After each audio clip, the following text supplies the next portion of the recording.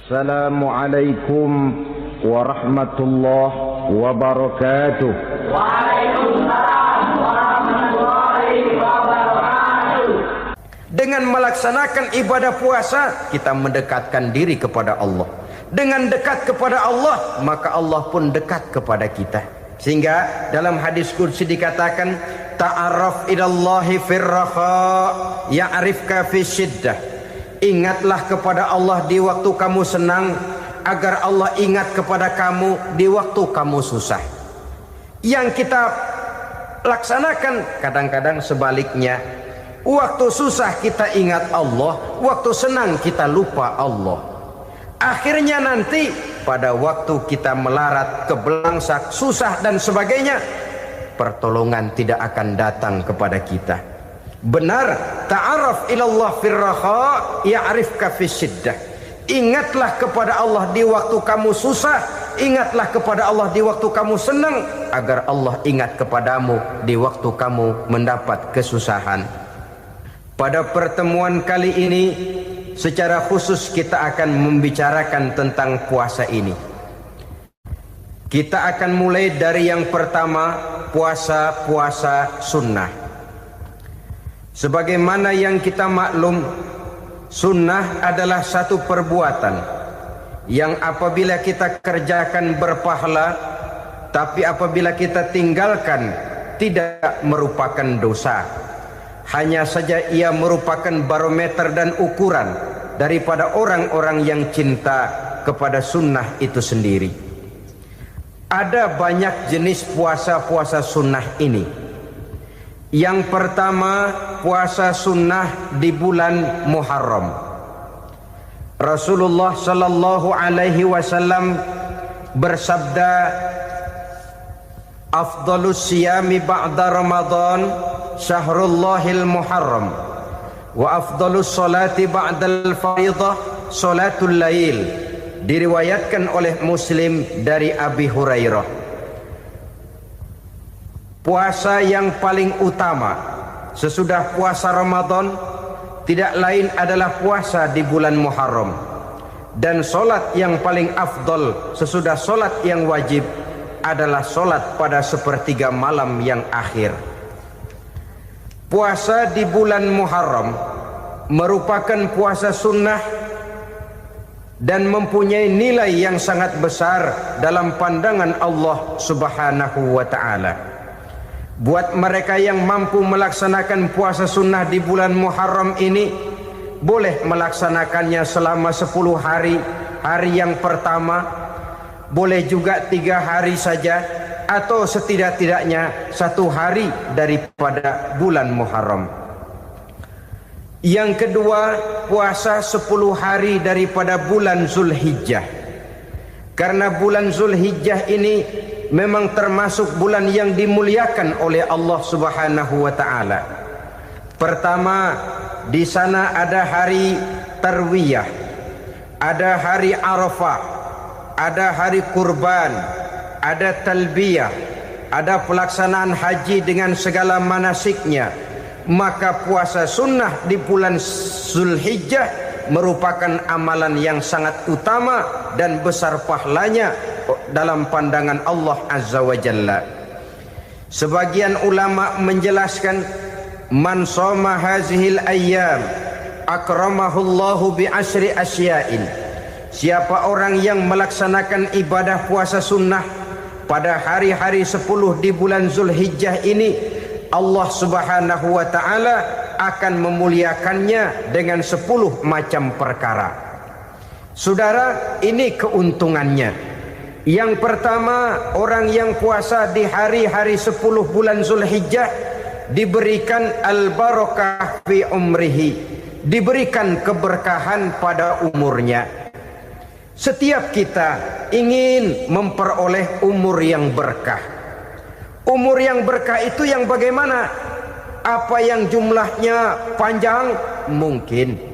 Tetapi yang jelas, umur yang berkah ini adalah umur yang bisa dipertanggungjawabkan di hadapan Allah Subhanahu wa ta'ala.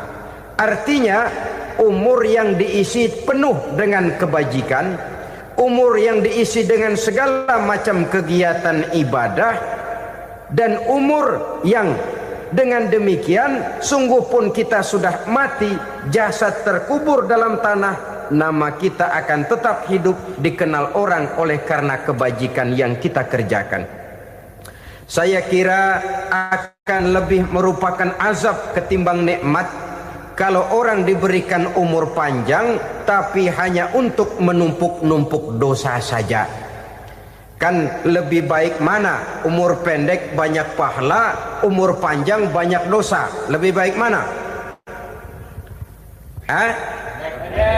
Saya yakin yang paling baik tentu umur panjang banyak pahala. Paling sial umur pendek dosa melulu. Sudah diberikan umur pendek tidak seberapa, dosa berlipat ganda. Itu kalau orang kampung bilang tekor namanya. Rugi. Umur pendek hanya untuk menumpuk-numpuk dosa. Boleh jadi kalau umat-umat zaman dulu, saudara, mereka diberikan umur panjang.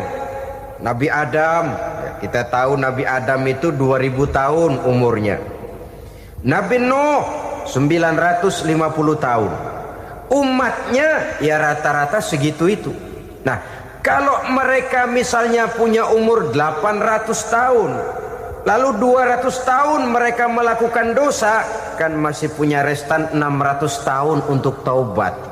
Karena umurnya diberikan jatah panjang. Kita ini oleh Allah Subhanahu wa taala, umat Nabi Muhammad ini umurnya pendek-pendek. Kalau nyontoh Nabi 63 tahun saja. Kalau diberikan 70 tahun umur kita sekarang, itu sudah dapat jatah lebih 7 tahun. Alhamdulillah bahwa Allah memberikan saat-saat, waktu-waktu, tempat-tempat yang punya nilai istimewa, sehingga umur yang pendek ini bisa bernilai panjang, nilai ibadahnya bisa bernilai pahala seperti umat yang berumur panjang dahulu itu. Karena itu manfaatkan umur dengan baik, dan salah satu keberkahan daripada umur akan datang dengan melaksanakan ibadah puasa sunnah. Ini yang pertama. Yang kedua, az-ziyadatu fi malihi, diberikan tambahan hartanya, menjadi orang kaya. Kaya apa? Kaya hati setidak-tidaknya. Karena dengan tekun dan rajin melaksanakan ibadah puasa, yang segera tertanam dalam jiwa seseorang merasakan cukup di dalam kehidupan. Itulah dia orang yang paling kaya, orang yang hidupnya paling cukup. Kalau orang sudah merasa cukup dalam hidupnya, maka itulah dia orang yang kaya. Saudara-saudara kaum muslimin rahimakumullah, puasa sunnah memberikan tambahan harta, usahanya berkembang, dengan demikian membawa keberkahan, hartanya makin bertambah, akan menunjang ibadahnya kepada Allah, lebih memantapkan dan membawa ketenangan dalam hidupnya. Itu termasuk berkahnya melaksanakan puasa sunnah itu. Yang ketiga, al-hifzu fi iyalihi, diberikan penjagaan, perlindungan terhadap keluarganya, anaknya sehat, sanak famili dan handai tolannya terjaga dan terpelihara dari segala malapetaka, dari segala mara bahaya, kesehatannya terjamin dan terpelihara. Itu sudah merupakan modal yang sangat besar di dalam kita mengarungi kehidupan. Sebab rasanya sulit untuk bahagia, duit kita banyak sekali, usaha kita selalu mendatangkan untung yang berlipat ganda. Tapi sebentar-sebentar anak kita sakit, yang ampek, yang korengan, yang kena musibah, ndak tak karu-karuan sakit, berobat sampai jutaan rupiah. Itu kan sudah tidak membawa kebahagiaan. Uang masuk yang begitu banyak jumlahnya, habis akhirnya untuk berobat saja. Sebenarnya hitung-hitung ya seri-seri juga. Usaha berhasil, duit banyak, habis untuk berobat. Lah sama juga saudara-saudara. Jadi dengan demikian, biar duit kita banyak, asal keluarga pada sehat saja, udah enak bener itu.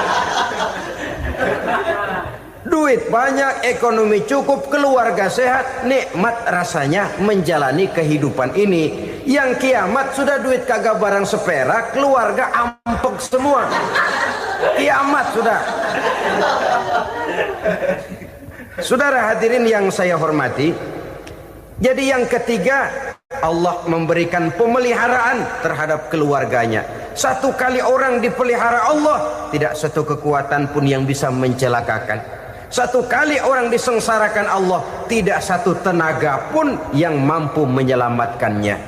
Itulah sebabnya perlindungan Allah, pemeliharaan Allah terhadap diri dan keluarga sangat kita perlukan di dalam kehidupan ini.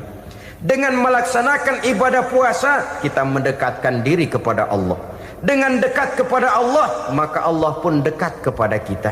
Sehingga dalam hadis qudsi dikatakan, ta'arraf ilallahi firraha ya'rifka fi syiddah. Ingatlah kepada Allah di waktu kamu senang, agar Allah ingat kepada kamu di waktu kamu susah. Yang kita laksanakan kadang-kadang sebaliknya. Waktu susah kita ingat Allah, waktu senang kita lupa Allah. Akhirnya nanti pada waktu kita melarat, kebelangsak, susah dan sebagainya, pertolongan tidak akan datang kepada kita. Benar, ta'arraf ilallah firraha ya'rifka fi syiddah. Ingatlah kepada Allah di waktu kamu susah, ingatlah kepada Allah di waktu kamu senang, agar Allah ingat kepadamu di waktu kamu mendapat kesusahan. Umumnya watak manusia memang kalau sudah dapat susah, ingat kepada Allah. Waktu duduk, waktu berbaring, sambil tidur, dalam segala keadaan Allah disebutnya, Allah dimintakan pertolongannya. Tapi dikala dia berada pada posisi di atas angin, merasa senang, bahagia, Allah terlupakan. Saudara-saudara kaum muslimin, itu yang ketiga. Yang keempat, at-takfiru li sayyiatihi. Orang yang melaksanakan puasa sunnah itu diampuni segala dosa dan kesalahan yang telah dilakukannya. Dan yang kelima, at-tad'ifu li hasanatihi, diberikan balasan yang berlipat ganda dari segala kebaikan yang dikerjakannya. 1 berbalas 7, 7 bisa berbalas 10, 10 masih berbalas 100, masih ditambah dengan wallahu yudha'ifu liman yasha. Allah melipat gandakan pahala orang-orang yang dikehendakinya. Maka carilah satu kebaikan yang apabila kita kerjakan, dosa akan dihapus dan nilai pahalanya menjadi berlipat ganda. Satu kali kita bekerja, 2-3 pulau bisa kita raih dan kita jangkau. Yang keenam, orang yang melaksanakan puasa sunnah di bulan Zulhijjah, at-tashil li sakarati mautihi, diberikan kemudahan pada saat menghadapi sakaratul maut. Maut a mysterious problem. Dia adalah pintu yang setiap orang pasti akan memasukinya. Bahwa mati adalah mati, itu semua kita tahu. Tapi hakikat orang pada saat menghadapi mati itu kan berbeda-beda. Ada yang matinya itu gampang sekali, persis orang tidur saja, tidak nampak gelisah, tidak bikin susah yang hidup, tidak gelimpangan di tempat tidur, persis seperti orang mau tidur saja. Ada yang sulit sekali menghadapi sakaratul maut, gelimpangan di tempat tidur, bikin bingung orang yang nunggu. Kadang-kadang seperti kerbau digorok lehernya. Saudara-saudara, sulit menghadapi sakaratul maut. Oleh karena itu Rasulullah sallallahu alaihi wasallam sering beliau itu kalau berdoa membaca Allahumma hawin alayya fi sakaratil maut. Ya Allah, mudahkan saya di dalam menghadapi sakaratul maut. Rasulullah saja, saudara, orang yang ibadahnya paling banyak, orang yang hatinya paling bersih, orang yang akhlaknya paling luhur, masih berdoa semacam ini. Mohon dimudahkan oleh Allah agar mudah menghadapi sakaratul maut. Apalagi kita Terus terang kita ini paling-paling kelas mukhtalid. Bangsa sama pahala mau sama dosa doyan. Lebih perlu lagi menghadapi sakaratul maut, sehingga apabila malaikat maut datang menjemput nyawa kita, dimudahkan, jangan dibikin sulit, supaya mudah. Jadilah orang baik-baik. Biasanya kalau banyak yang mati, malaikat maut juga kali main-mainin dulu tuh orang, utak-atik, ditakut-takutin dan segala macam. Saudara hadirin yang saya hormati, maka menghadapi sakaratul maut ini merupakan kunci. Apakah seseorang bisa husnul khatimah atau bisa su'ul khatimah? Salah satu jalan untuk memudahkan diri menghadapi sakaratul maut, melaksanakan puasa sunnah di bulan Zulhijjah ini. Yang ketujuh, ad-diya'u li zulumati qabrihi, diberikan terang di alam kuburnya.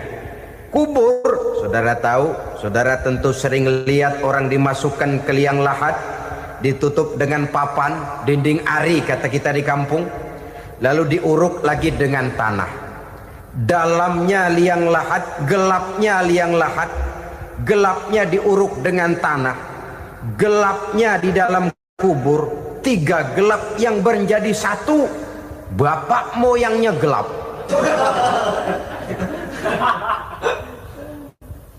Puasa sunnah ini merupakan terang di alam kubur kita nanti.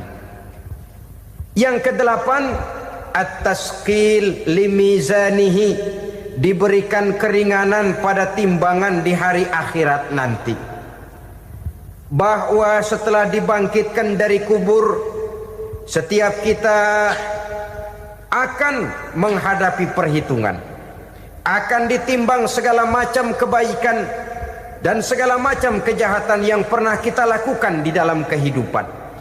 Orang yang melaksanakan ibadah puasa sunnah, at-tasqilu limizanihi, diberikan keringanan timbangan hari akhiratnya nanti.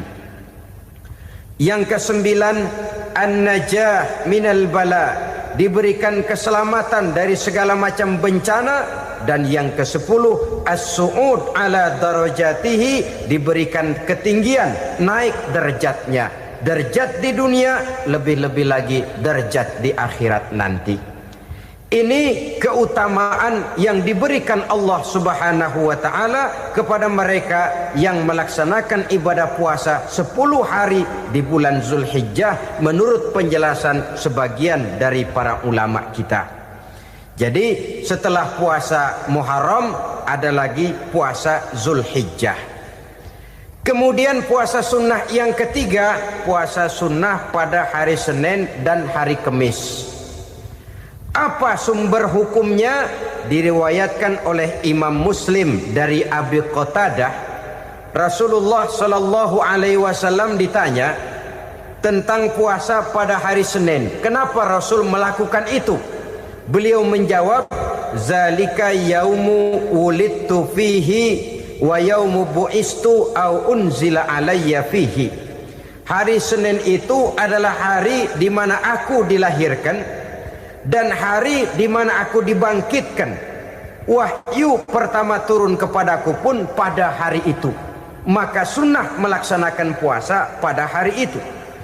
Adapun hari Kamis, ada hadis yang diriwayatkan oleh Imam Turmuzi dari Abi Hurairah, Nabi bersabda, tu'radul a'malu yaumul isnaini wal khamisi fa uhibbu an yu'radu amali wa ana sha'im.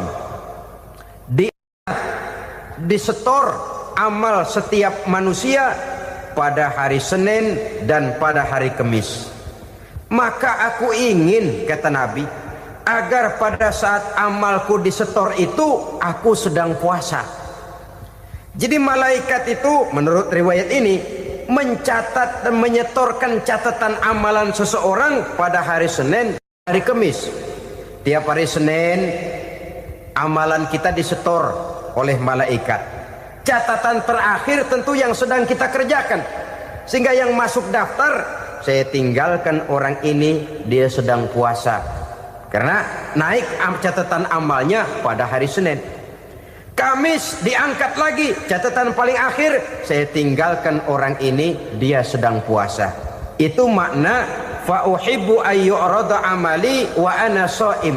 Aku senang kalau pada saat amalku disetor, catatan paling akhir aku lagi puasa. Satu keistimewaan. Alangkah celaka tiap amalan disetor kita sedang berbuat jahat. Senin, Kemis, teler, mabok, judi. Tiap amalan disetor, catatan akhirnya saya tinggalkan si fulan lagi teler. Laporan Senin. Kemis laporan lagi, saya tinggalkan si fulan lagi mirit kartu. Saudara hadirin yang saya muliakan, alangkah jeleknya catatan kita. Oleh karena itu sunnah puasa pada hari Senin dan hari Kemis. Ini amalan sunnah, saudara-saudara. Dan oleh karena ini amalan sunnah, sebagian ulama memberikan penjelasan, walaupun lupa niat, kalau sudah malam itu lupa niat, boleh niatnya sudah siang puasa sunnah ini, dengan catatan dari pagi belum makan apa-apa. Malam saudara lupa, tahu-tahu ingat ini hari Senin, ini hari Senin, dah jam 10, niatlah jam 10 itu, sah puasanya asal dari pagi belum makan apa-apa. Tapi kalau sudah dapat 2 piring baru niat, jam 10 itu lain, ngojek namanya.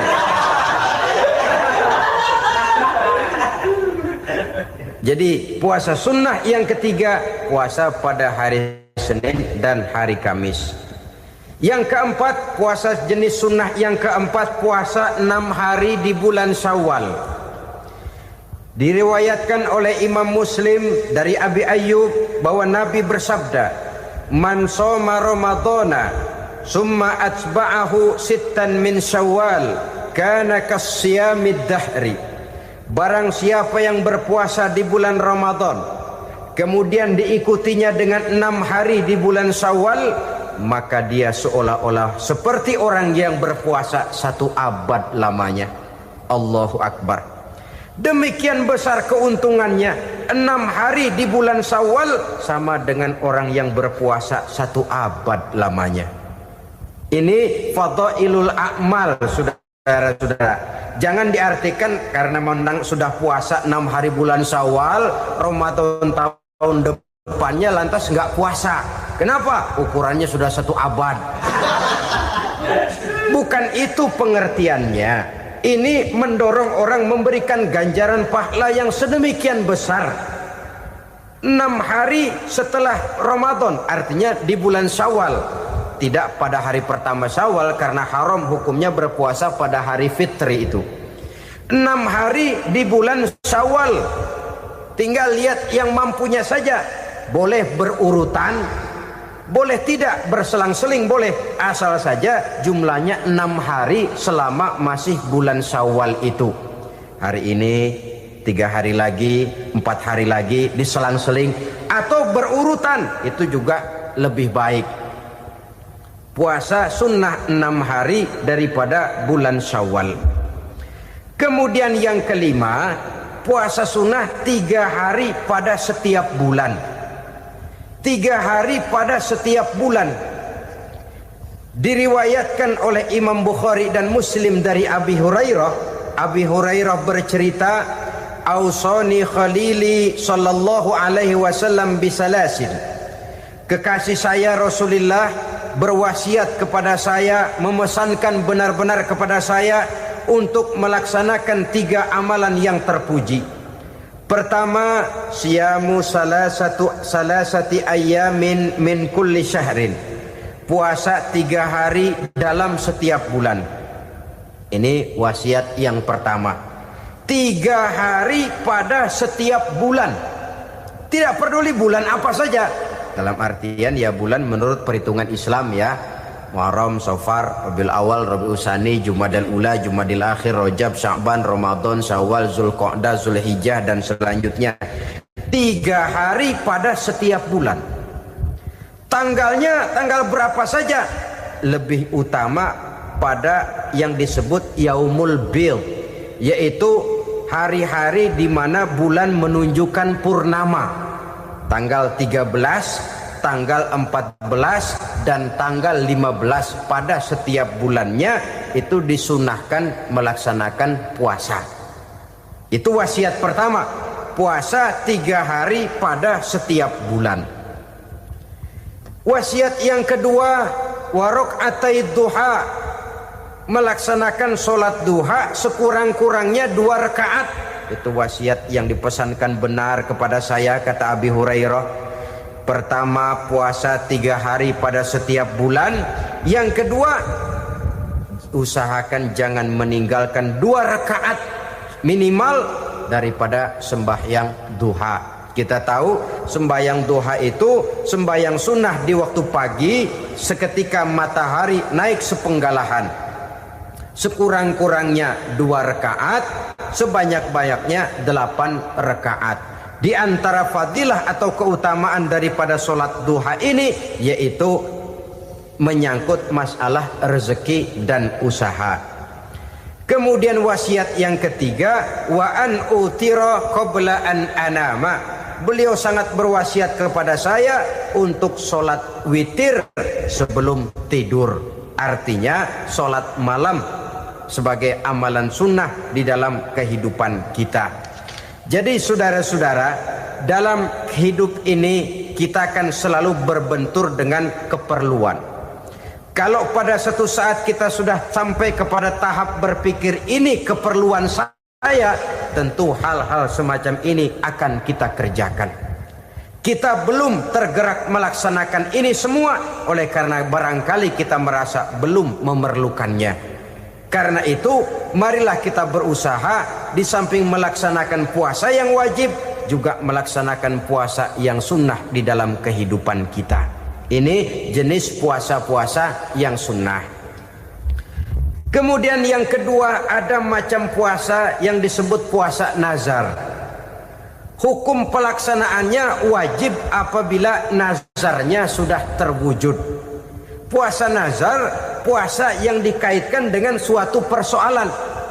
Umpamanya, kalau saya lulus ujian, saya akan puasa 1 minggu lamanya. Begitu ujiannya ternyata lulus, dia wajib bayar nazarnya. Puasa 7 hari, tidak lagi sunnah tapi wajib karena dia nazarkan. Asal saja tidak sah nazar kepada yang makruh apalagi kepada yang haram. Umpamanya nazar kalau tembus 6 nomor mau puasa 3 hari. Itu nazar semacam itu bukan saja tidak sah tapi haram hukumnya. Tidak boleh nazar kepada yang makruh apalagi kepada yang haram. Jadi apabila maksud yang sudah kita niatkan tercapai, wajiblah nazar itu dibayar, yaitu kalau nazarnya sunnah melaksanakan ibadah puasa.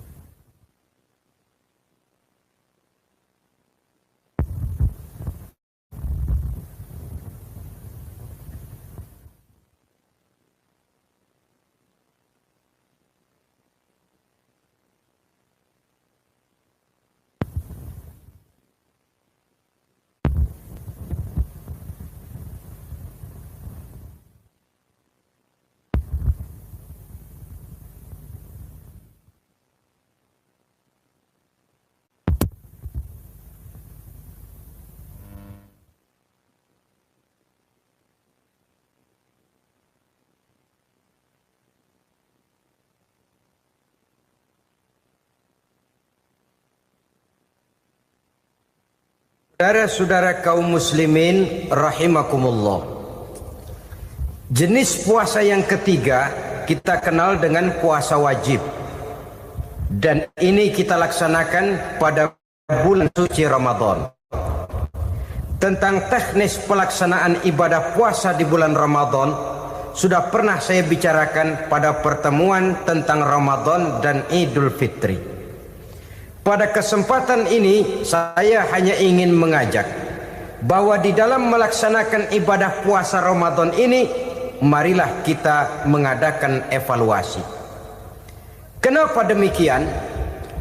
Barangkali secara jujur, walaupun agak berat, saya masih harus berkata, masih banyak di antara kita umat Islam yang di dalam melaksanakan suatu ibadah terjebak dalam rutinitas ritual.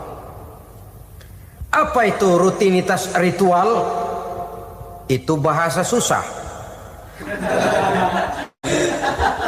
Berhubung saya tidak ingin bicara yang susah-susah, kita bicara yang mudah-mudah saja.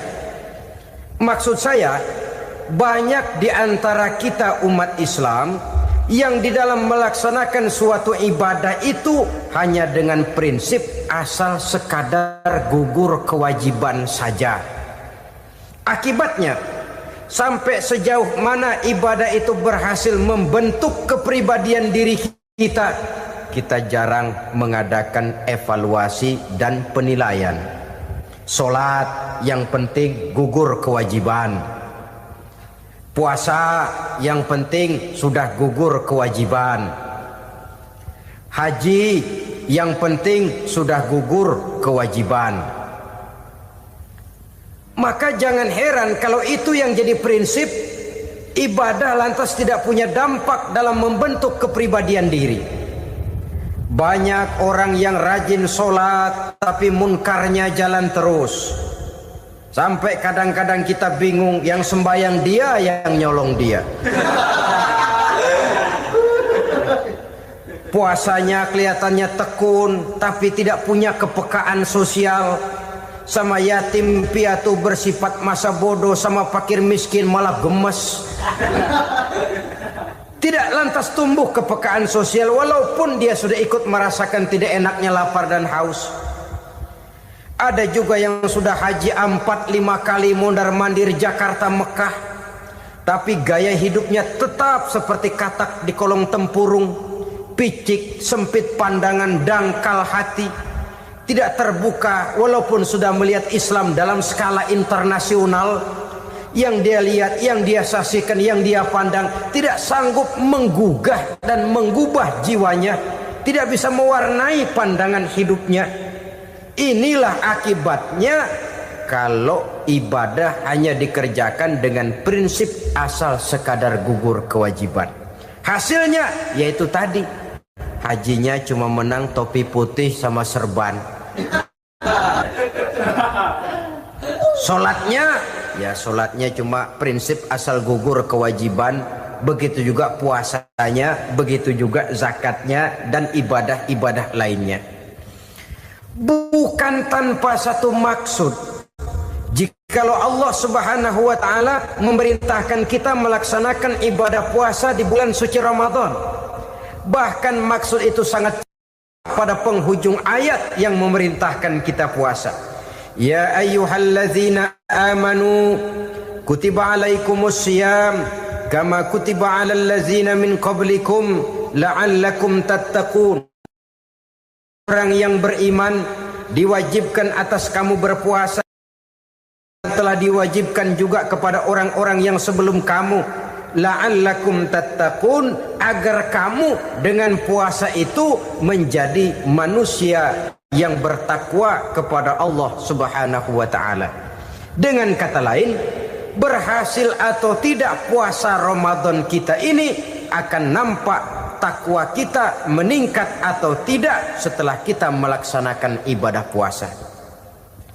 Sehingga kalau orang mengatakan Ramadan itu merupakan month of training, bulan latihan, keluar latihan tentu harus semakin naik dan baik gaya kehidupan kita.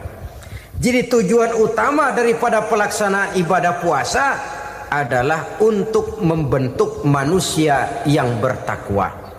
Nah, takwa itu kata Imam Qusairi hurufnya ada 4. Ta, qaf, wawu, ya. Masing-masing huruf ini simbol dari pribadi orang yang bertakwa, bina dan dibentuk oleh pelaksanaan puasanya. Mari kita lihat. Huruf ta adalah lambang dari sifat tawadhu, rendah hati. Orang yang bertakwa, orang yang tidak mempunyai sifat sombong. Puasa menanamkan kita kesadaran terhadap kelemahan, terhadap keterbatasan, terhadap segala ketidakmampuan yang kita miliki. Ya Allah, baru sehari nggak kena makan, nggak kena minum, sudah begini lemesnya. Puasa memang, kalau pagi orang masih sehat, masih terdorong oleh sahur, siang masih lumayan, tapi zuhur ke atas biasanya mulai sikap lemah manusiawi, keterbatasan kekuatan biologis itu mulai nampak. Dari sini tanam satu kesadaran. Kalau begitu apa yang mau disembuhkan di hadapan Allah? Kaya, siapa sih orang paling kaya? Ilmu, siapa sih orang paling pintar? Pangkat, siapa sih orang paling tinggi jabatannya? Dari sifat semacam ini lahir introspeksi, rasa mawas diri, timbul sifat tawaduknya, rendah hatinya, tidak melonjak menjadi angku dan sombong lantaran sedikit kemampuan dan kekuatan yang dimilikinya. Lalu untuk sikap yang lebih jauh, terwujudlah, terbentuklah apa yang dinamakan stabilitas temperatur batin.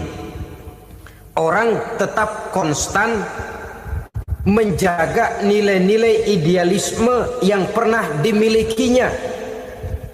Dia mulai dengan adil, dia berjalan tetap dengan keadilan, dan dia berakhir juga tetap dalam keadilan. Jangan mulainya adil, tengahnya setengah adil, di akhirnya malah zolim sama sekali. Ini tidak punya stabilitas temperatur batin. Kan banyak orang begitu toh. Mulanya benar, belakangan mau benar sendiri. Mulanya sudah rela berkorban buat kepentingan orang banyak, belakangan malah selalu mengorbankan kepentingan orang banyak.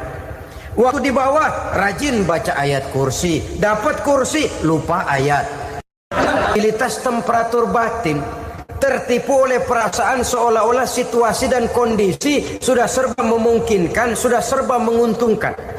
Orang yang dibentuk pribadinya oleh pelaksanaan ibadah puasa, dia sadar apapun keberhasilannya, apapun kedudukannya, apapun nilai kekayaannya, itu cuma sebagian kecil sekali dari apa yang ada pada zat Allah Subhanahu wa ta'ala. Hati tidak takabur, sesuai dengan namanya takabur dari kalimat takabbaro ya takabbaru, membesar-besarkan diri. Orang yang suka membesar-besarkan diri, orang yang tidak yakin bahwa dirinya orang besar, lalu dibesar-besarkan dirinya. Sebenarnya itu sudah satu sikap di mana dia tidak percaya kepada diri sendiri. Dirinya sebenarnya bukan apa-apa, cuma ingin dianggap besar, lalu dibesar-besarkan. Takabbur namanya. Puasa sekali lagi melatih kita menanamkan kesadaran akan kelemahan dan keterbatasan kita sebagai makhluk. Itu sikap tawadhu. Fir'aun, saudara tahu Fir'aun, lama-lama dia jadi raja, lupa diri dan lupa daratan, melonjak menjadi angku dan sombong sampai kepada puncak kekurang ajarannya, memproklamirkan dirinya menjadi Tuhan. Hitler juga begitu. Pendeknya orang manakala tidak ada kesadaran tentang dari mana segalanya berasal dan kemana segalanya akan kembali, dia mudah out of control. Kalau sudah out of control, maka dia akan melakukan perbuatan yang melampaui batas. Itu yang pertama. Jadi orang takwa, orang yang rendah hati, salah satu tujuan daripada pelaksanaan ibadah puasa menanamkan sikap rendah hati. Dari sikap rendah hati ini yang timbul lalu apa? Kepekaan sosial. Kalau saya puasa, saya sudah merasakan bagaimana tidak enaknya lapar. Saya sudah merasakan bagaimana tidak enaknya haus. Tapi bagaimanapun, saya lapar cuma sebentar, saya haus cuma sebentar. Selesai maghrib, lapar saya hilang, haus saya hilang. Bagaimana yatim piatu, orang-orang tua jompo yang perlu santunan, orang-orang miskin yang terkapar di kolong-kolong jembatan, yang tiap hari merasakan perasaan seperti ini, tanpa tahu kapan hidup dan nasibnya akan berubah, tidur beratapkan langit berselimut koran. Kalau demikian saya ini beruntung. Kalau demikian apa yang bisa saya lakukan untuk mereka? Kepekaan sosial ini lalu timbul dalam apa yang orang sekarang namakan solidaritas, kesetiakawanan sosial. Hidup tidak hanya untuk kepentingan diri dan perutnya sendiri saja, tapi mau menolong, mau membantu orang yang memang memerlukan bantuan dan pertolongan itu sendiri. Jangan setelah tahu lapar tidak enak, haus tidak enak, tapi kita tidak mau tenggang rasa, tidak mau timbang rasa. Begini loh tidak enaknya lapar, begini loh tidak enaknya haus. Ini terjadi pada diri saya. Saya masih mampu, masih berbuka puasa. Bagaimana yang tiap hari merasakan seperti ini? Tidak Ramadan, tidak Syawal, tidak Zulqa'dah, tidak Zulhijjah, selalu kelaparan dan kehausan. Dari sana timbul kepekaan sosial. Lalu lahirlah sikap pemurah, dermawan, mau menoleh ke kiri dan ke kanan. Bahkan Al-Quran itu sampai mengancam betul. Ara'aita allazi yukadzibu bid-din fadzalika allazi yad'ul yatim wa la mendustakan agama. Islam mendustakan Islam. Salat dia tapi mendustakan salat. Puasa dia tapi mendustakan puasa. Siapa mereka itu? Fadzalika allazi yad'ul yatim. Merekalah orang-orang yang meninggalkan anak-anak yatim. Wa la yahuddu ala ta'amil miskin, dan tidak pernah memberi pertolongan, tidak memerintahkan memberi makan kepada fakir miskin, walaupun dia berada pada posisi dan kondisi yang memang dia mampu. Nah, kalau dia tidak mampu itu lain soal. Dia mampu, dia tahu, dan dia diam saja. Itu termasuk yukadzibu biddin, orang-orang yang mendustakan agama. Berlindung kita kepada Allah, jangan sampai termasuk ke dalam kelompok itu. Yang kedua saudara, huruf takwa itu qaf. Qaf adalah lambang dari sifat qanaah. Qanaah artinya merasa cukup. Puasa melatih kita untuk bersikap cukup dalam hidup. Kalau kita perturutkan menjelang saat berbuka, menunggu waktu berbuka, istilah orang di Jawa Barat ngabuburit katanya. Kita menunggu saat berbuka, segalanya saja ingin kita beli, segalanya saja ingin kita minum, semuanya saja ingin kita makan. Sebab nafsu sudah begitu berupa, perut sudah sedemikian lapar, kerongkong sudah sedemikian haus, rasanya semuanya saja ingin kita telan. Tapi tahukah kita bahwa setelah maghrib berbunyi, berapa banyak yang kita makan, berapa banyak yang kita minum? Sesuaikah dengan keinginan kita tadi siang? Tadi siang semuanya ingin kita makan, tadi siang semuanya ingin kita minum. Setelah berbuka, berapa banyak yang kita makan, berapa banyak yang kita minum? Itulah kehidupan. Segalanya ingin kita kuasai, segalanya ingin kita punyai, tapi berapa sih yang benar-benar kita perlukan? Maka orang kaya adalah orang yang hidupnya cukup. Orang miskin hakikat yang selalu merasa kurang. Bagaimanapun besar rumah, banyak uang kita, berpuluh kendaraan kita, kalau hidup selalu merasa kurang, itu artinya kita masih miskin. Maka jikalau ingin menjadi orang kaya, kuncinya hakikatnya cuma satu, hati kita merasa cukup dengan yang diberikan Allah, bersyukur atas segala nikmatnya, dan dengan syukur itu nikmat itu akan ditambah oleh Allah Subhanahu wa ta'ala. Puasa menimbulkan sifat qanaah, dan qanaah adalah watak daripada orang-orang yang bertakwa kepada Allah Subhanahu wa ta'ala. Persis seperti orang minum air laut, makin diminum makin haus, makin diminum makin kering tenggorokan. Begitulah orang berhadapan dengan materi.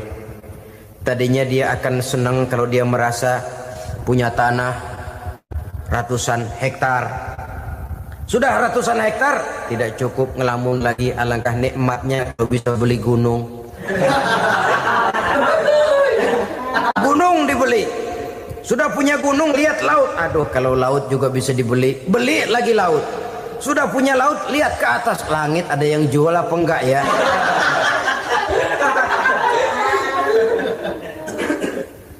Seperti orang berhadapan dengan air laut yang makin diminum makin membuat kita haus dan makin kering tenggorokan ini.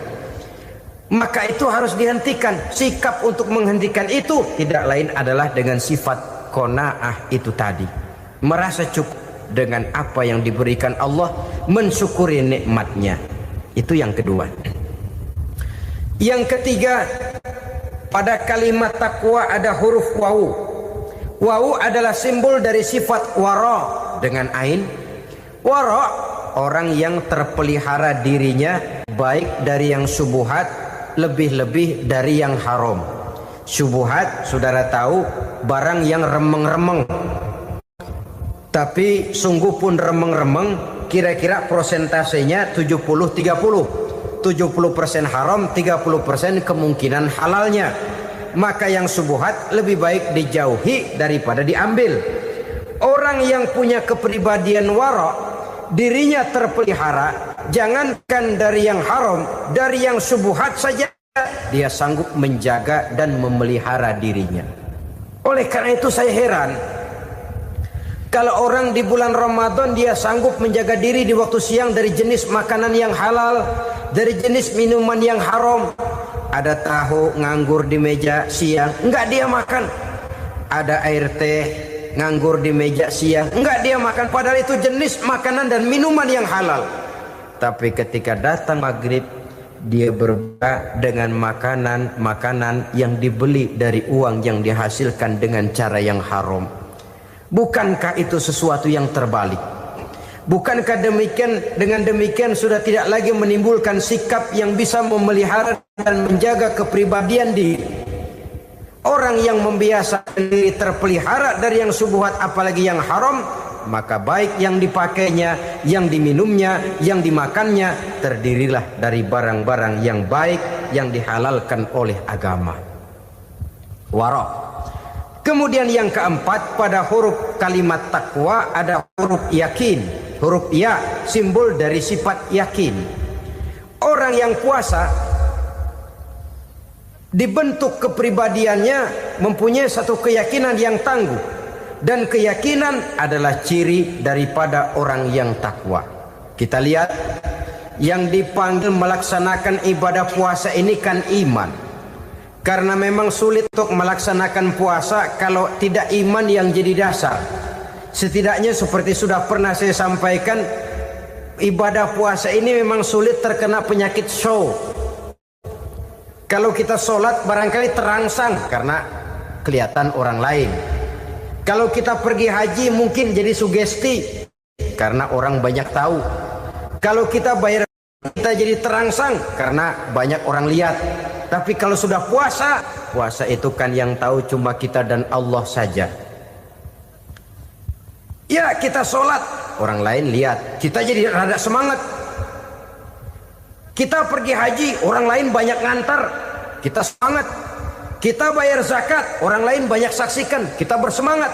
Tapi kita puasa, siapa yang mau nyaksiin kita puasa? Siapa yang mau memuji kita puasa? Siapa yang mau menyanjung kita puasa? Itu cuma urusan kita dan Allah. Oleh karenanya dasar daripada pelaksanaan ibadah yang haus mencedik tenggorokan segalanya jadi nikmatan. Tidak ada kerja yang lebih indah selain kerja yang didasarkan kepada satu keyakinan bahwa yang kita kerjakan itu adalah sesuatu yang benar. Dalam hal ini sesuatu yang diperintahkan oleh Allah Subhanahu wa taala kepada kita. Saudara-saudara kaum muslimin rahimakumullah. Demikianlah titik evaluasi kita. Jangan berpuasa hanya dengan prinsip asal sekadar menggugurkan kewajiban saja, yang akan berakibat Ramadan tahun ini berakhir begitu, Ramadan terjebak menjalani rutinitas ritualnya saja. Bahkan kadang-kadang yang nyata betul, Nabi menganjurkan tingkatkan ibadah pada 10 hari yang akhir di bulan Ramadan. Tanggal 20 sampai akhir Ramadan. Yang kita praktekkan malah kegiatan ibadah kita justru menurun pada 20 Ramadan yang akhir. Coba lihat 20 Ramadan ke atas. Itu pasukan tarawih paling kelas 60-70 tahun ke atas. Kemana yang lain sudah berpikir menghadapi lebaran, berpikir pulang mudik, berpikir macam-macam. Akibatnya konsentrasi ibadah lalu buyar. Dianjurkan Rasul tingkatkan ibadah pada 10 hari yang terakhir. Kita malah makin ke akhir makin lancip.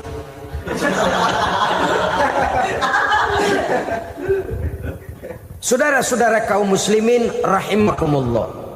Kita terjebak oleh sesuatu yang sementara, oleh sesuatu yang bersifat kulit, lalu meninggalkan isinya.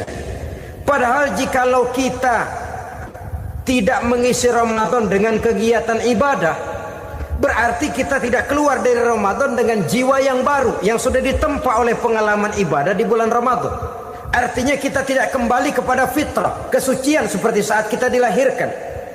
Lalu kalau kita tidak kembali kepada fitrah, apa yang mau kita rayakan pada Idul Fitri itu? Di mana letak kegembiraan kita? Di mana letak kebahagiaan hati? Kembalikah kita kepada fitrah? Tidak. Benarkah puasa yang kita kerjakan? Kelihatannya juga tidak. Adakah dampak dari pelaksanaan ibadah dalam pribadi kita? Tidak. Kadang-kadang Ramadan selesai malah teriak merdeka.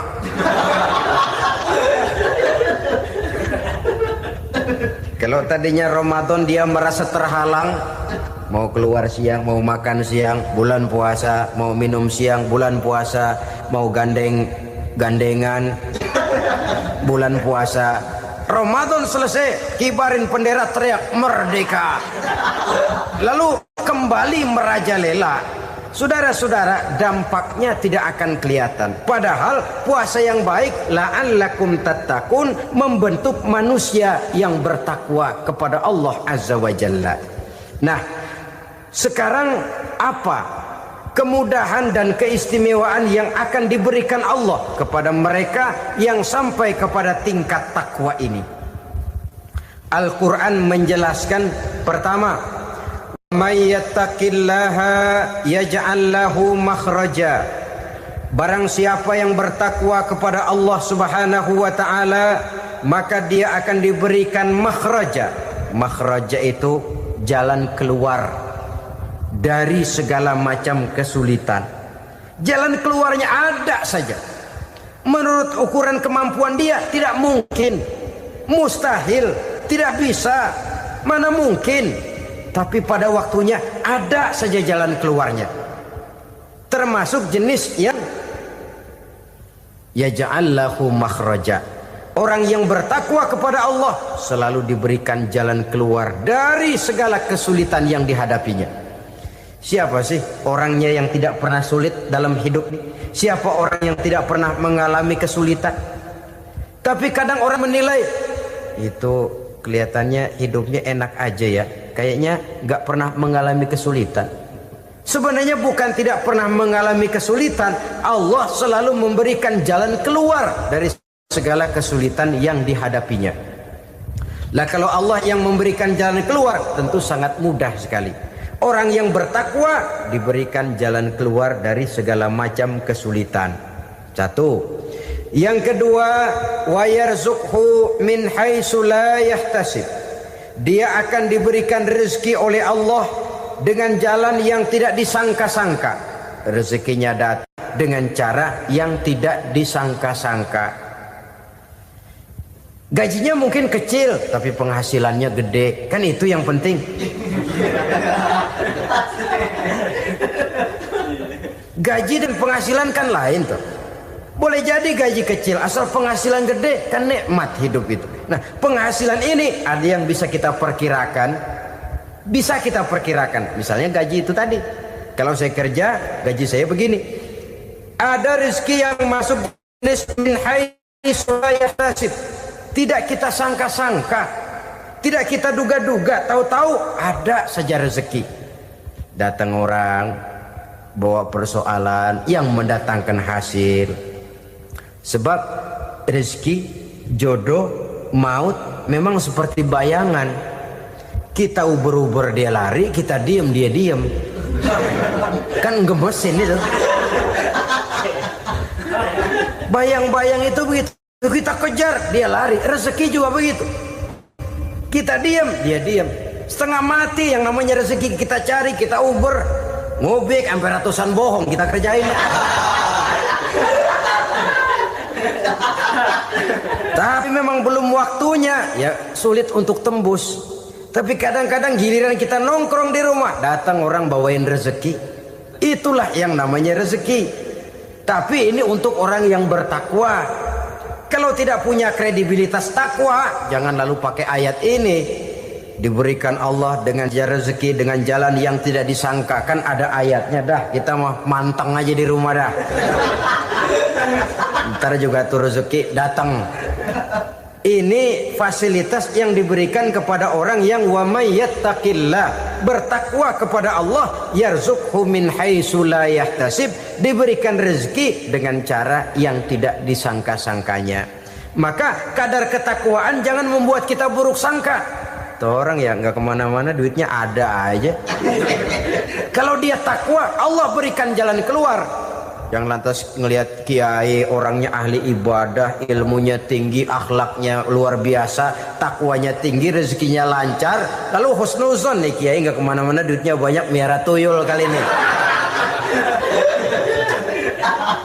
Itu termasuk jaminan Allah yang masuk kategori min haitsu la yahtasib. Yang ketiga, yaj'al lahu min amrihi yusra, dimudahkan segala urusannya, dimudahkan segala urusannya. Kemudian yang keempat, yukaffir anhu sayyiatihi wa yu'azzim lahu ajra, diampuni segala kesalahannya dan dibesarkan pahala kebaikan yang dikerjakannya. Maka mudah-mudahan puasa yang kita kerjakan mengantarkan kita kepada ketakwaan kepada Allah, dan takwa membuka janji Allah kepada kita di dalam kehidupan ini. Bapak-bapak, ibu-ibu, saudara-saudara kaum muslimin rahimakumullah.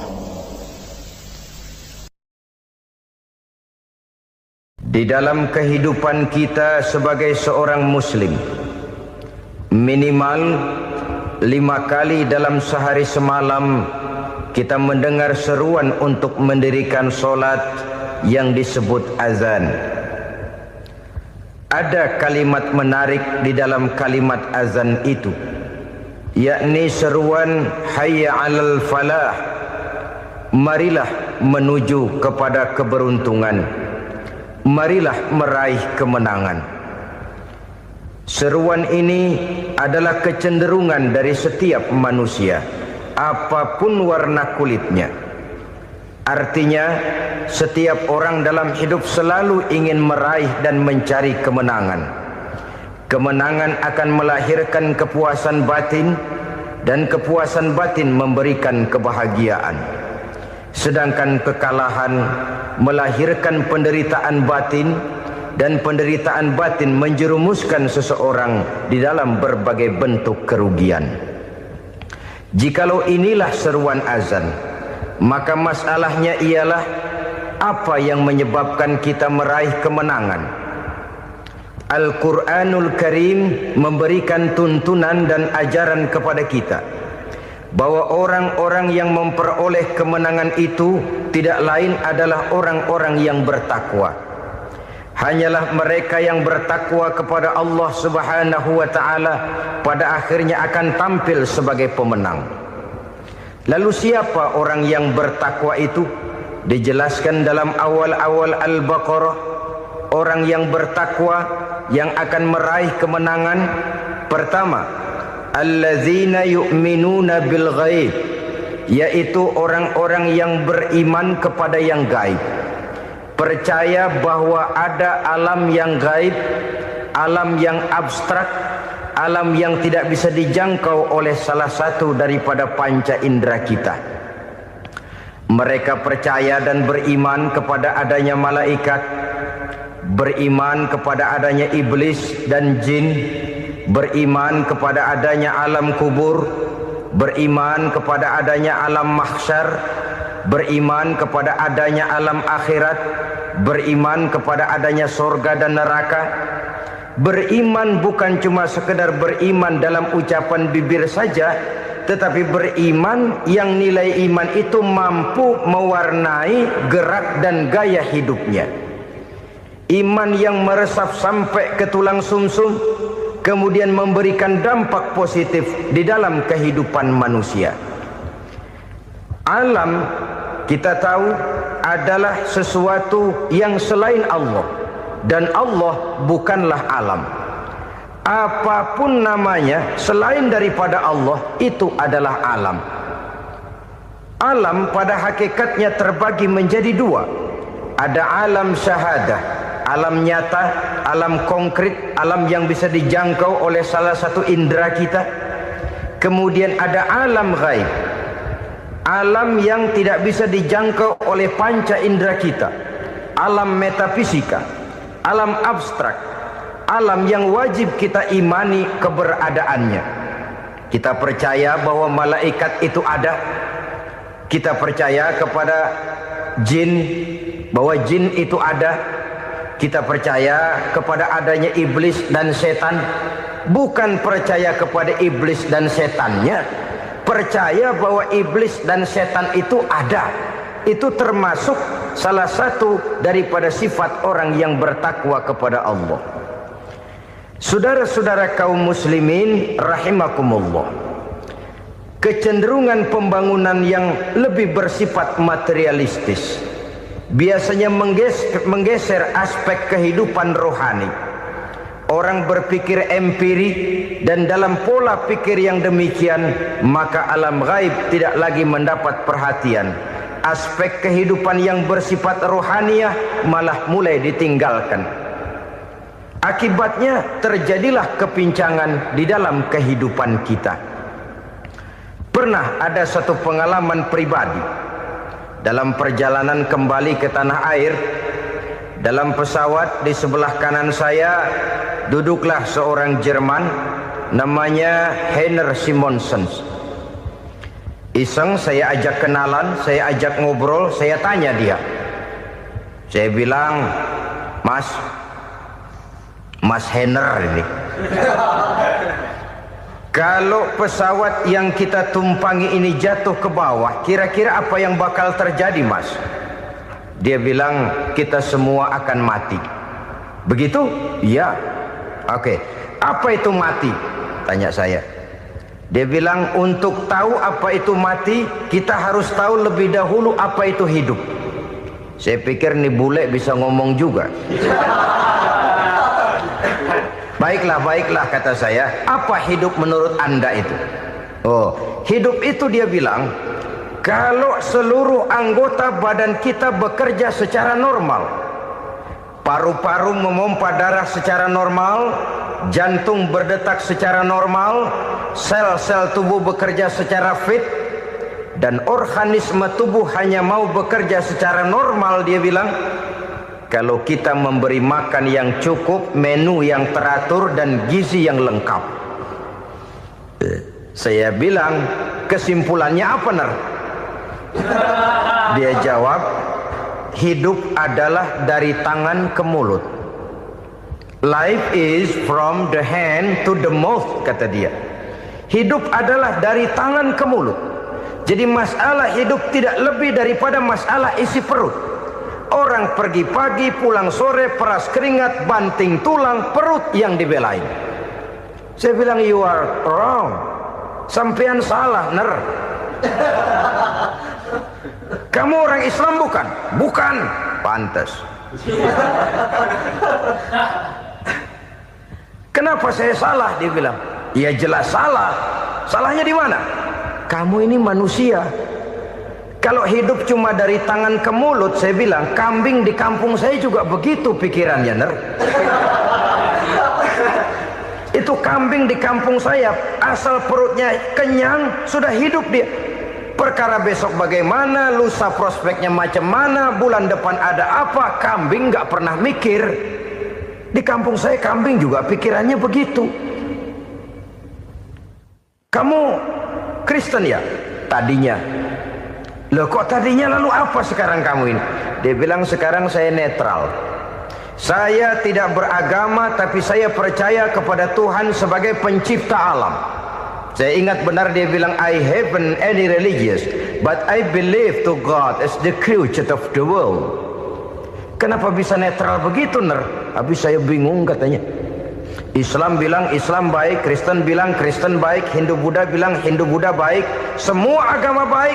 Saya netral sekalian, nggak beragama. Yang penting saya percaya kepada Tuhan.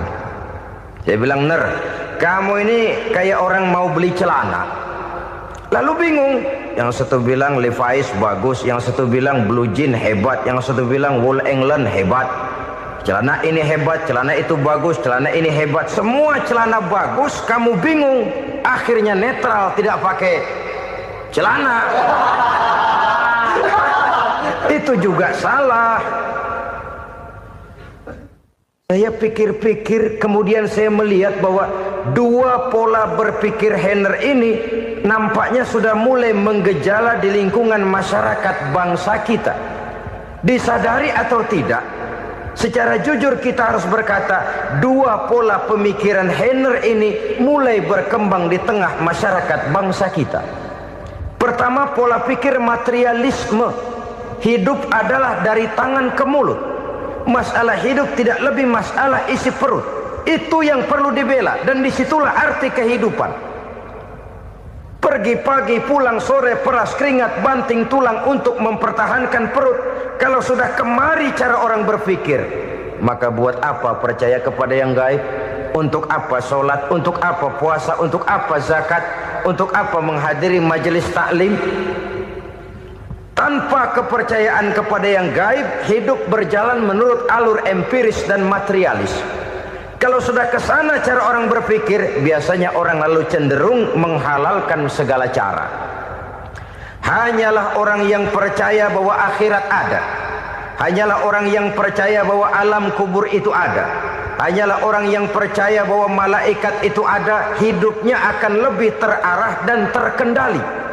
Karena kepercayaan kepada yang gaib, yang merupakan fase daripada kehidupan setelah hidup yang sekarang ini, mewarnai gerak pribadi seseorang di dalam dia melakukan kegiatan hidupnya.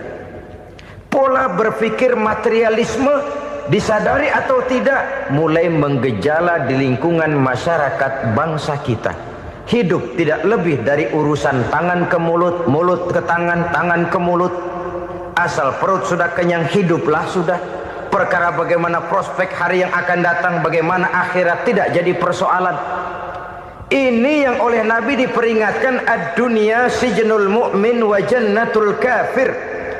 Dunia adalah penjara bagi orang beriman dan surga bagi orang kafir. Dulu di zaman Belanda hadis ini pernah disalah tafsirkan, disalah artikan, digunakan sebagai senjata untuk mengkebiri dan membuat impoten umat Islam. Sudahlah umat Islam gak usah macam-macam, kata Belanda. Dunia ini kan penjara buat orang Islam, surga buat orang kafir. Di penjara jangan bertingkah.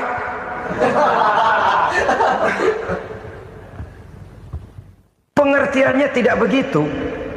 Dunia adalah penjara bagi orang mukmin. Artinya dalam kehidupan dunia seorang mukmin tidak bebas memperturutkan hawa nafsunya.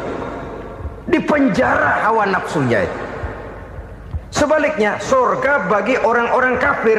Buat orang kafir, surgalah dunia ini. Mereka bebas memperturutkan hawa nafsunya. Dilarang tidak terlarang, dicegah pun tidak tercegah. Mereka hidup menurut alur bisikan nafsu mereka sendiri. Kemudian bila ajal datang, maut merenggut nyawa, selesailah surganya sampai di situ. Maka bagi orang-orang yang tidak percaya kepada adanya akhirat, kepada adanya alam gaib, surganya sebatas umurnya. Sekali lagi, surganya sebatas umurnya. Bila umur selesai, ajal pun datang merenggut nyawa, selesailah sudah surganya sampai di situ. Alangkah pendeknya perjalanan orang-orang yang tidak percaya kepada alam gaib ini. Bagi kita mukmin, jikalau kita mampu memenjarakan hawa nafsu, kita bisa bahagia di dunia ini. Dan Islam memang tidak menyuruh kita sengsara di dunia. Raih dunia, kejar dunia, gapai dunia sebagai alat untuk mencapai kebahagiaan di akhirat nanti. Hidup adalah satu perjalanan panjang yang terbentang sejak kita terlahir dari alam rahim sampai kepada alam akhirat nanti. Andai kata kita gagal meraih kebahagiaan di dunia, toh kita masih punya akhirat. Gunung dibeli, sudah punya gunung, lihat laut. Aduh, kalau laut juga bisa dibeli, beli lagi laut. Sudah punya laut, lihat ke atas, langit ada yang jual apa enggak ya?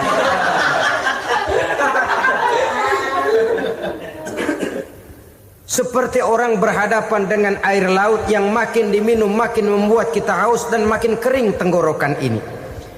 Maka itu harus dihentikan. Sikap untuk menghentikan itu tidak lain adalah dengan sifat qanaah itu tadi. Merasa cukup dengan apa yang diberikan Allah, mensyukuri nikmatnya. Itu yang kedua. Yang ketiga, pada kalimat takwa ada huruf wawu. Wawu adalah simbol dari sifat wara dengan ain. Wara, orang yang terpelihara dirinya baik dari yang syubhat, lebih-lebih dari yang haram. Syubhat, saudara tahu, barang yang remeng-remeng. Tapi sungguh pun remeng-remeng, kira-kira prosentasenya 70-30. 70% haram, 30% kemungkinan halalnya. Maka yang syubhat lebih baik dijauhi daripada diambil. Orang yang punya kepribadian wara, dirinya terpelihara, jangankan dari yang haram, dari yang syubhat saja dia sanggup menjaga dan memelihara dirinya. Oleh karena itu saya heran kalau orang di bulan Ramadan dia sanggup menjaga diri di waktu siang dari jenis makanan yang halal, dari jenis minuman yang haram. Ada tahu nganggur di meja siang, enggak dia makan. Ada air teh nganggur di meja siang, enggak dia makan. Padahal itu jenis makanan dan minuman yang halal. Tapi ketika datang maghrib, dia berbuka dengan makanan yang dibeli dari uang yang dihasilkan dengan cara yang haram. Bukankah itu sesuatu yang terbalik? Bukankah dengan demikian sudah tidak lagi menimbulkan sikap yang bisa memelihara dan menjaga kepribadian diri? Orang yang membiasakan diri terpelihara dari yang syubhat apalagi yang haram, maka baik yang dipakainya, yang diminumnya, yang dimakannya terdirilah dari barang-barang yang baik yang dihalalkan oleh agama. Wara. Kemudian yang keempat, pada huruf kalimat takwa ada huruf yakin. Huruf ya, simbol dari sifat yakin. Orang yang puasa dibentuk kepribadiannya mempunyai satu keyakinan yang tangguh. Dan keyakinan adalah ciri daripada orang yang takwa. Kita lihat, yang dipanggil melaksanakan ibadah puasa ini kan iman. Karena memang sulit untuk melaksanakan puasa kalau tidak iman yang jadi dasar. Setidaknya seperti sudah pernah saya sampaikan, ibadah puasa ini memang sulit terkena penyakit show. Kalau kita sholat barangkali terangsang karena kelihatan orang lain. Kalau kita pergi haji mungkin jadi sugesti karena orang banyak tahu. Kalau kita bayar kita jadi terangsang karena banyak orang lihat. Tapi kalau sudah puasa, puasa itu kan yang tahu cuma kita dan Allah saja. Ya, kita sholat, orang lain lihat, kita jadi rada semangat. Kita pergi haji, orang lain banyak ngantar, kita semangat. Kita bayar zakat, orang lain banyak saksikan, kita bersemangat.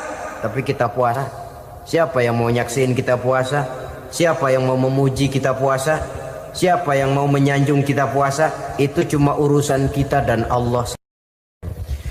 Oleh karenanya, dasar daripada pelaksanaan ibadah yang harus mencedik tenggorokan segalanya jadi nikmatan. Tidak ada kerja yang lebih indah selain kerja yang didasarkan kepada satu keyakinan bahwa yang kita kerjakan itu adalah sesuatu yang benar. Dalam hal ini sesuatu yang diperintahkan oleh Allah Subhanahu wa taala kepada kita. Saudara-saudara kaum muslimin rahimakumullah. Demikianlah titik evaluasi kita. Jangan berpuasa hanya dengan prinsip asal sekadar menggugurkan kewajiban saja, yang akan berakibat Ramadan tahun ini berakhir begitu, Ramadan terjebak menjalani rutinitas ritualnya saja. Bahkan kadang-kadang yang nyata betul, Nabi menganjurkan tingkatkan ibadah pada 10 hari yang akhir di bulan Ramadan, tanggal 20 sampai akhir Ramadan. Yang kita praktekkan malah kegiatan ibadah kita justru menurun pada 20 Ramadan yang akhir. Coba lihat 20 Ramadan ke atas, itu pasukan tarawih paling kelas 60-70 tahun ke atas. Kemana yang lain? Sudah berpikir menghadapi lebaran, berpikir pulang mudik, berpikir macam-macam. Akibatnya konsentrasi ibadah lalu buyar. Dianjurkan Rasul, tingkatkan ibadah pada 10 hari yang terakhir. Kita malah makin ke akhir makin lancip.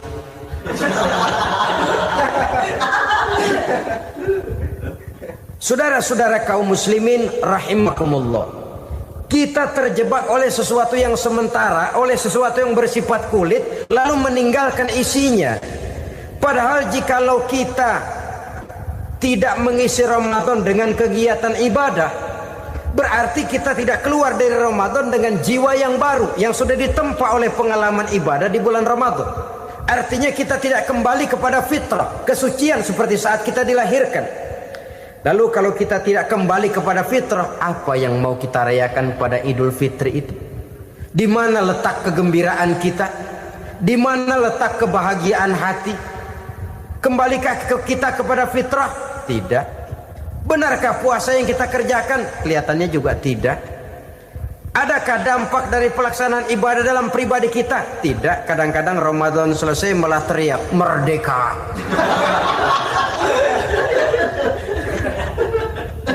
Kalau tadinya Ramadan dia merasa terhalang, mau keluar siang, mau makan siang, bulan puasa, mau minum siang, bulan puasa, mau gandengan, bulan puasa. Ramadan selesai, kibarin bendera, teriak merdeka. Lalu kembali merajalela. Saudara-saudara, dampaknya tidak akan kelihatan. Padahal puasa yang baik, la'allakum tattaqun, membentuk manusia yang bertakwa kepada Allah Azza wa Jalla. Nah, sekarang apa kemudahan dan keistimewaan yang akan diberikan Allah kepada mereka yang sampai kepada tingkat takwa ini? Al-Quran menjelaskan, pertama, may yattaqillaha yaj'al lahu makhraja. Barang siapa yang bertakwa kepada Allah Subhanahu wa taala, maka dia akan diberikan makhraja. Makhraja itu jalan keluar dari segala macam kesulitan. Jalan keluarnya ada saja. Menurut ukuran kemampuan dia tidak mungkin, mustahil, tidak bisa, mana mungkin. Tapi pada waktunya ada saja jalan keluarnya. Termasuk jenis yang yaj'allahu makhraja. Orang yang bertakwa kepada Allah selalu diberikan jalan keluar dari segala kesulitan yang dihadapinya. Siapa sih orangnya yang tidak pernah sulit dalam hidup ini? Siapa orang yang tidak pernah mengalami kesulitan? Tapi kadang orang menilai, itu kelihatannya hidupnya enak aja ya, kayaknya nggak pernah mengalami kesulitan. Sebenarnya bukan tidak pernah mengalami kesulitan, Allah selalu memberikan jalan keluar dari segala kesulitan yang dihadapinya. Lah kalau Allah yang memberikan jalan keluar, tentu sangat mudah sekali. Orang yang bertakwa diberikan jalan keluar dari segala macam kesulitan. Satu. Yang kedua, wa yarzuqhu min haitsu la yahtasib.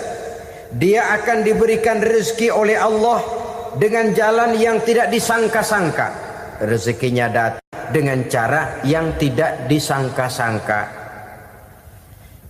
Gajinya mungkin kecil, tapi penghasilannya gede. Kan itu yang penting. Gaji dan penghasilan kan lain tuh.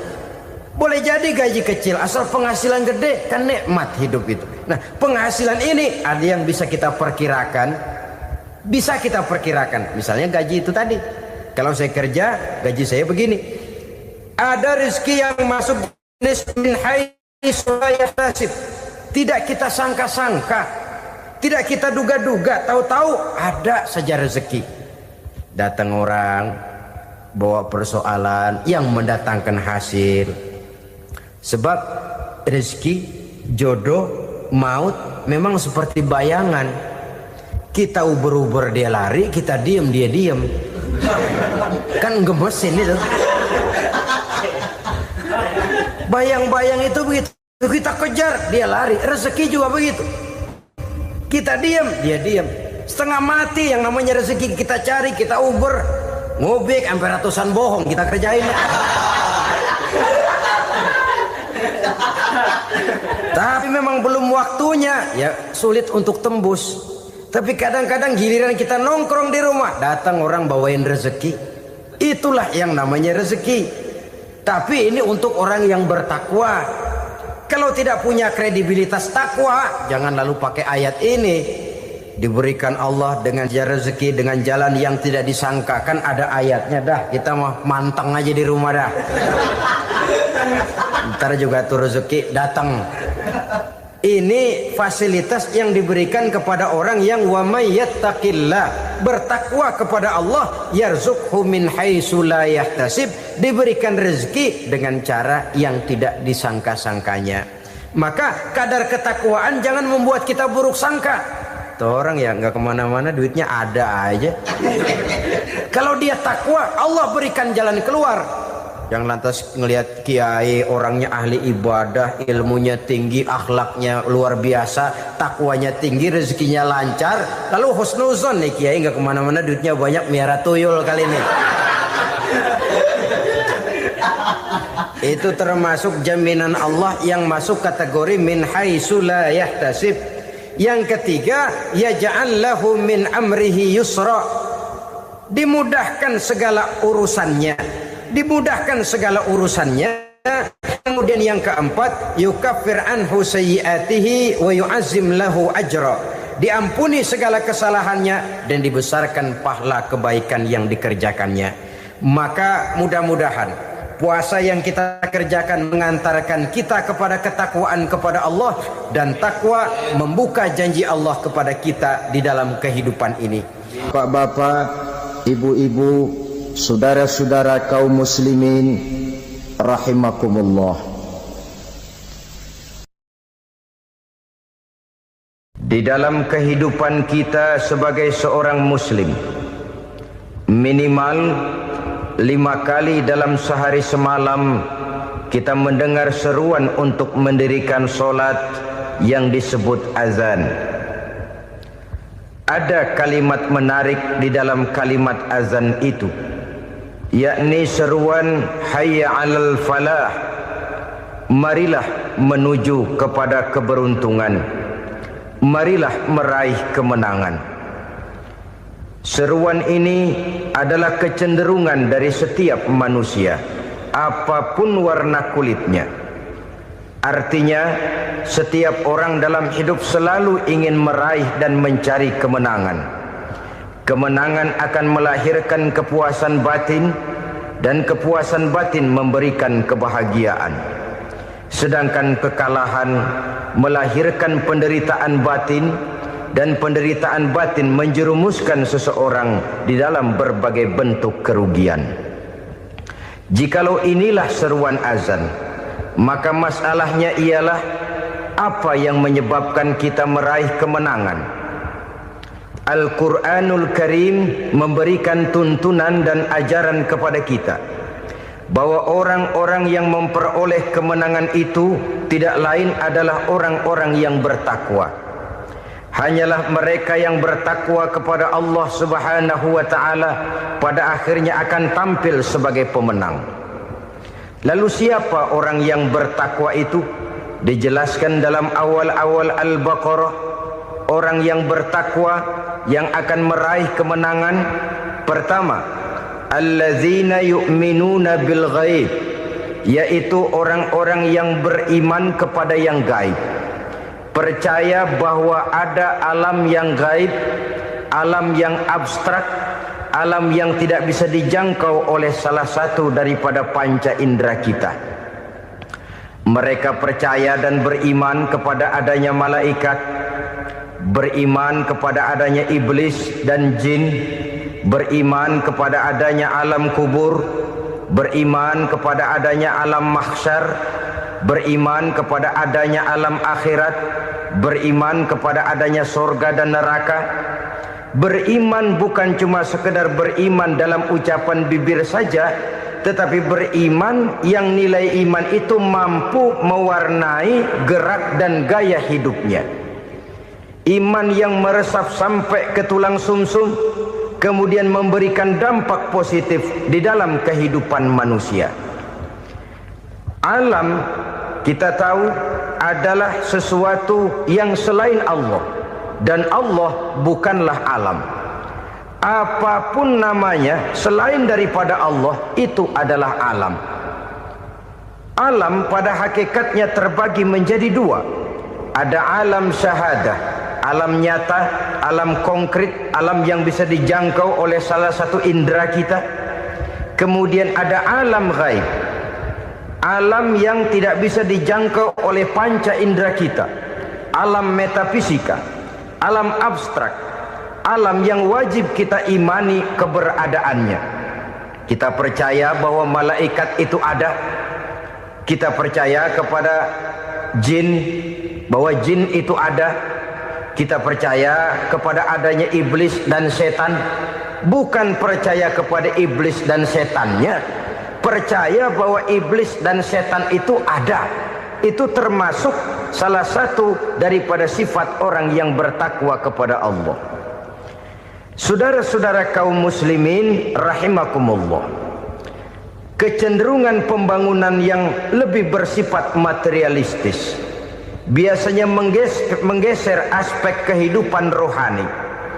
Orang berpikir empiri, dan dalam pola pikir yang demikian maka alam gaib tidak lagi mendapat perhatian. Aspek kehidupan yang bersifat rohaniah malah mulai ditinggalkan. Akibatnya terjadilah kepincangan di dalam kehidupan kita. Pernah ada satu pengalaman pribadi dalam perjalanan kembali ke tanah air. Dalam pesawat di sebelah kanan saya duduklah seorang Jerman namanya Heiner Simonsen. Iseng saya ajak kenalan, saya ajak ngobrol, saya tanya dia. Saya bilang, Mas Heiner ini, kalau pesawat yang kita tumpangi ini jatuh ke bawah, kira-kira apa yang bakal terjadi, Mas? Dia bilang, kita semua akan mati. Begitu? Iya. Oke. Apa itu mati? Tanya saya. Dia bilang, untuk tahu apa itu mati, kita harus tahu lebih dahulu apa itu hidup. Saya pikir nih bule bisa ngomong juga. Baiklah kata saya. Apa hidup menurut Anda itu? Oh, hidup itu dia bilang, kalau seluruh anggota badan kita bekerja secara normal, paru-paru memompa darah secara normal, jantung berdetak secara normal, sel-sel tubuh bekerja secara fit, dan organisme tubuh hanya mau bekerja secara normal, dia bilang, kalau kita memberi makan yang cukup, menu yang teratur, dan gizi yang lengkap. Saya bilang, kesimpulannya apa, Ner? Dia jawab, hidup adalah dari tangan ke mulut. Life is from the hand to the mouth, kata dia. Hidup adalah dari tangan ke mulut. Jadi masalah hidup tidak lebih daripada masalah isi perut. Orang pergi pagi, pulang sore, peras keringat, banting tulang, perut yang dibelain.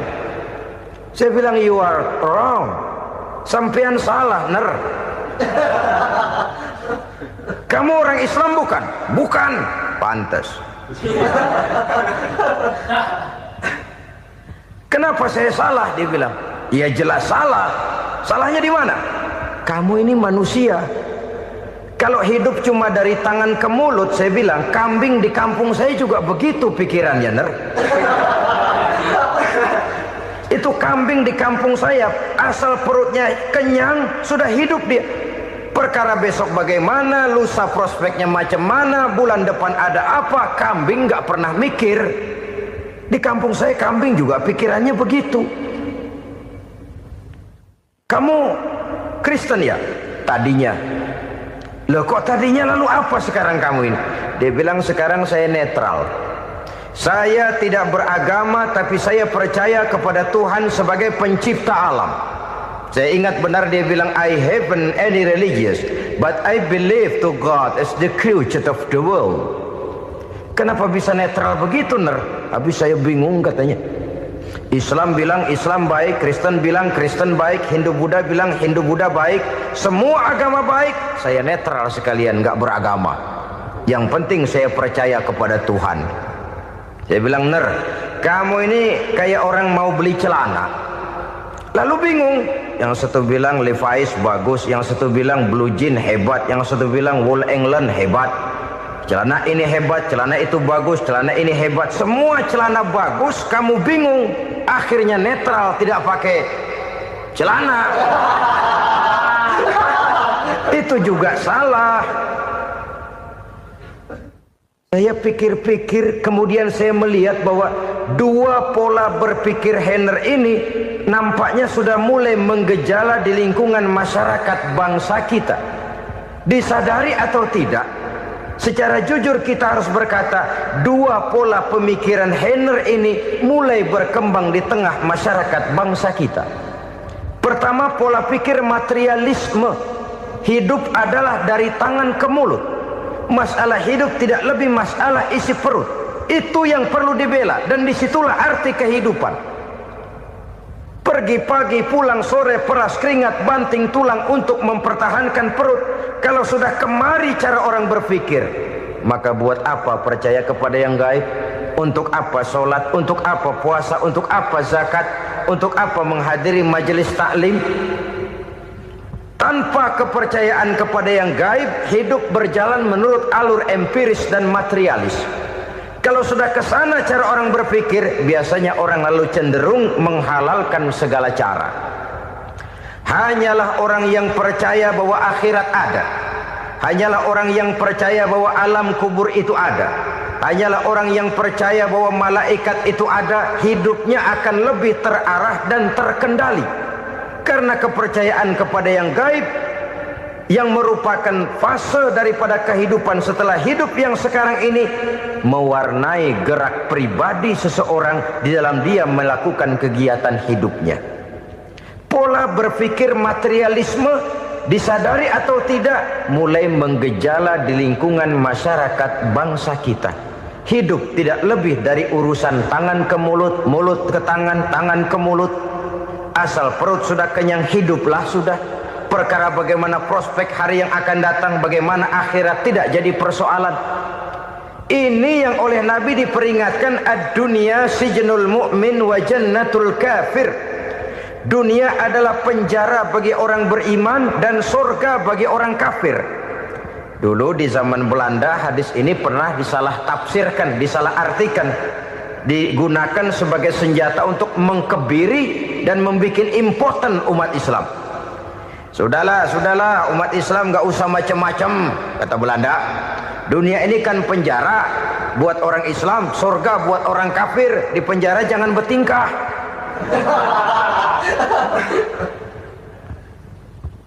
Pengertiannya tidak begitu. Dunia adalah penjara bagi orang mukmin. Artinya dalam kehidupan dunia seorang mukmin tidak bebas memperturutkan hawa nafsunya. Di penjara hawa nafsunya itu.